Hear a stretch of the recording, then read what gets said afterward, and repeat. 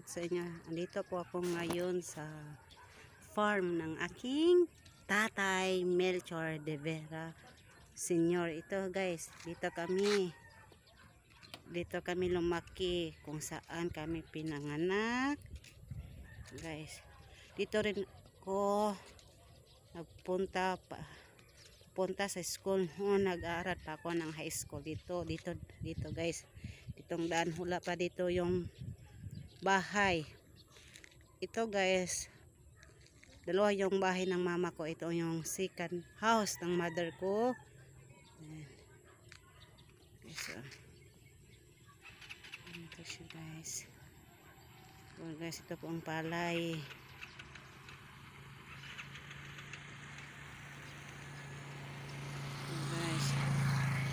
Guys, oh. Guys, malapit na po ito maani. Guys, dito po.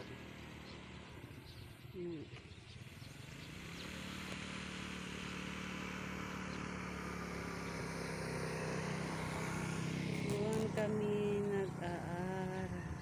Doon.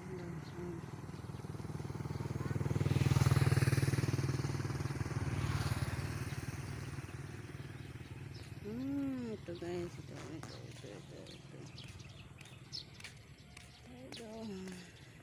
po kami ngayon.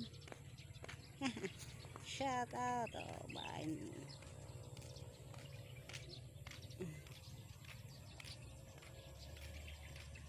Shout out Uncle Helio.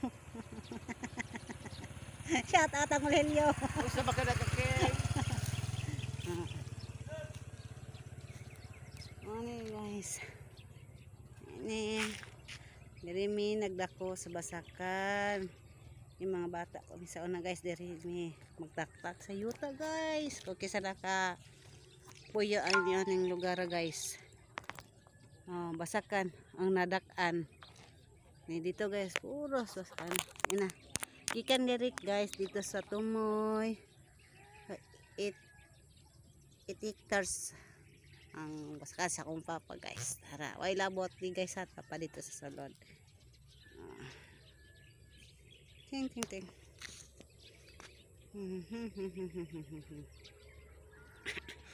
Kung may isa sa una guys, high school. Si Mami Sailan. Ay mami, hapon ma'am. Ako na nangangkod lang ko, ikulog basa ka dili ako.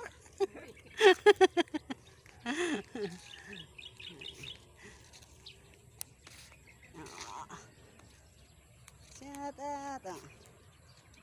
Okay. Sing again.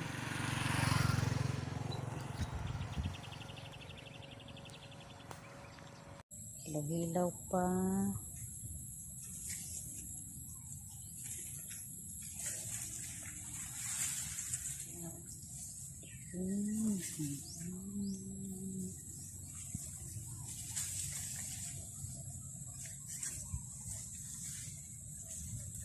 Ito dapit kay hinog-hinog na. Yellow na kaayos siya.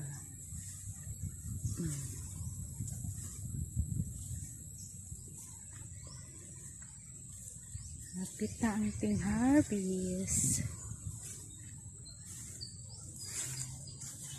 Ito guys.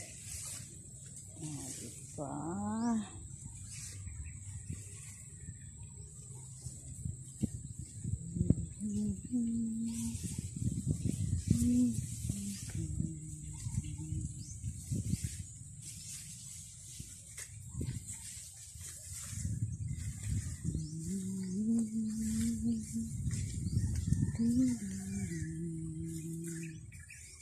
Tara guys, oh.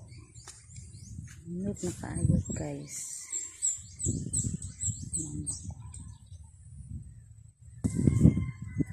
Guys. Ini kay hapit na ni ma-harvest guys. So guys, oh. Ang hinuga. Hapit na jud siya. Guys.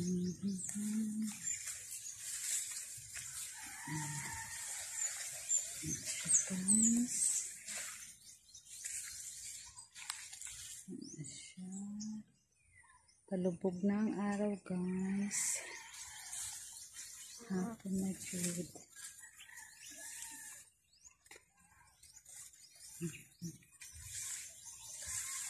Guys.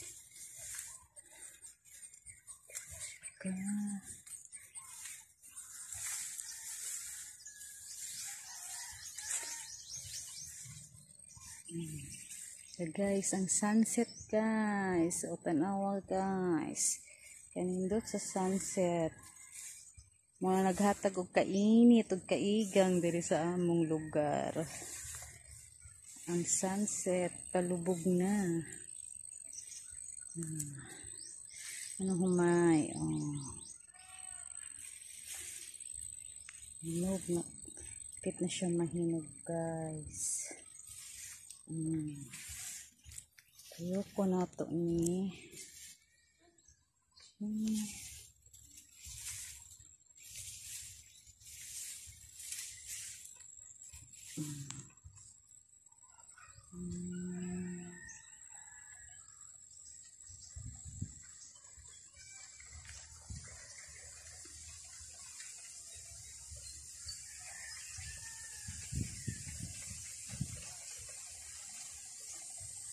Sunset. Tara.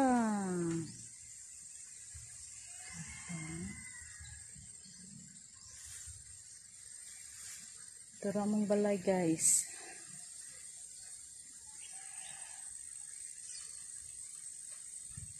Ayan guys. Baktas na po tayo dito guys.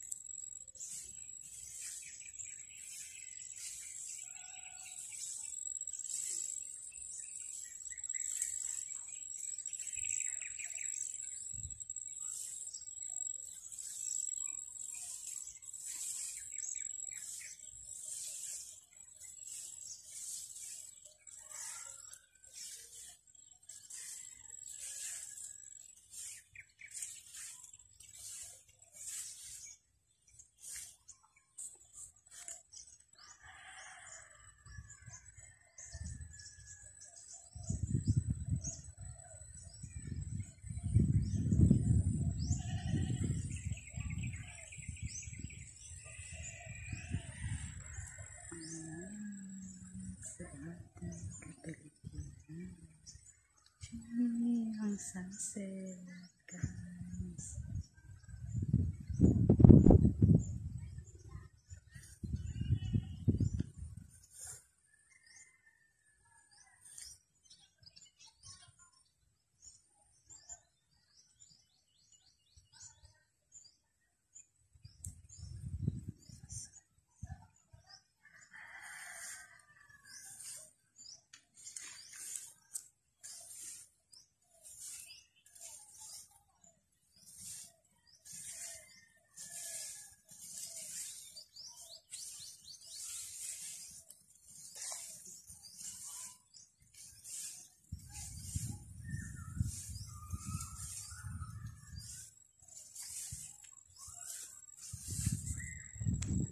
So, dito po ako nakatira mga idol, no? So, ito po yung kunting palaya namin sa aming ni Shalala. Okay, mga around this coming month po mga idol is April 26 or 25, magpapaani na po kami sa aming konting palayan dito sa Bagong Bayan, Lufon-Davao Oriental. Masagana po ang dito mga idol. Masarap po yung mga palay namin dito, lalo na pagbigas. Ayan. Ito po yung bahay ng aking uncle, tapos yung bahay ni Shalala dito sa tabi-tabi lang po at charot. So 'di ba nag-yellow na po yung dulo ng ating mga binhi. Ayan. Sobra talaga ang nating blessing na binibigay ng Panginoon sa aming lahat dito. Ayan, mga idol, no? Ang dami. Ayan, thank you, Lord, sa lahat ng blessing na binibigay niyo po sa amin. Ayan. So, ako lang po, guys. Sinishare ko po lang yung kung saan nakatira si Shalala, kung ano ang hanap buhay ng aking pamilya sa Pilipinas. So, ito po yung hanap buhay namin, palay. Ganon. Dito tayo sa mga guys, sa palaya natin, no? Shout out po sa lahat ng dyan. Hindi naman si Shalala, guys, na malaki yung namin farm sa palayan. Konti lang naman. Konti lang naman, hindi naman as in na kalakihan. Tama-tama lang din na makakain kami, makashare din kami kung sa maaabot namin sa aming palayan. Ayan, mula doon yung nakita nyo yan, guys, ganon, papunta dito. Ayan po ang lupain ng aming palayan, mga idol. So, ayan. Thank you for watching, mga idol, ha. Maganda dito ay lalo na pag sunset na. Ayan. Palubog na kasi yung araw. Pagkuha, ayan, yung araw nandyan. Sobra talaga at malamig dito, mga idol. Pag mainit naman, hindi naman as in ka mainit kasi alam mo naman kung sa sa mga bundok-bundok sa probinsya, 'di ba? So ayan po. So dali kayo, guys, samahan niyo po ako dito sa natin, sa ating palayan. Malapit na tayong mag-harvest. Ayan po siya, mga idol, no. Mga binhi natin. Ayan. Pag may initanim, may aanihin.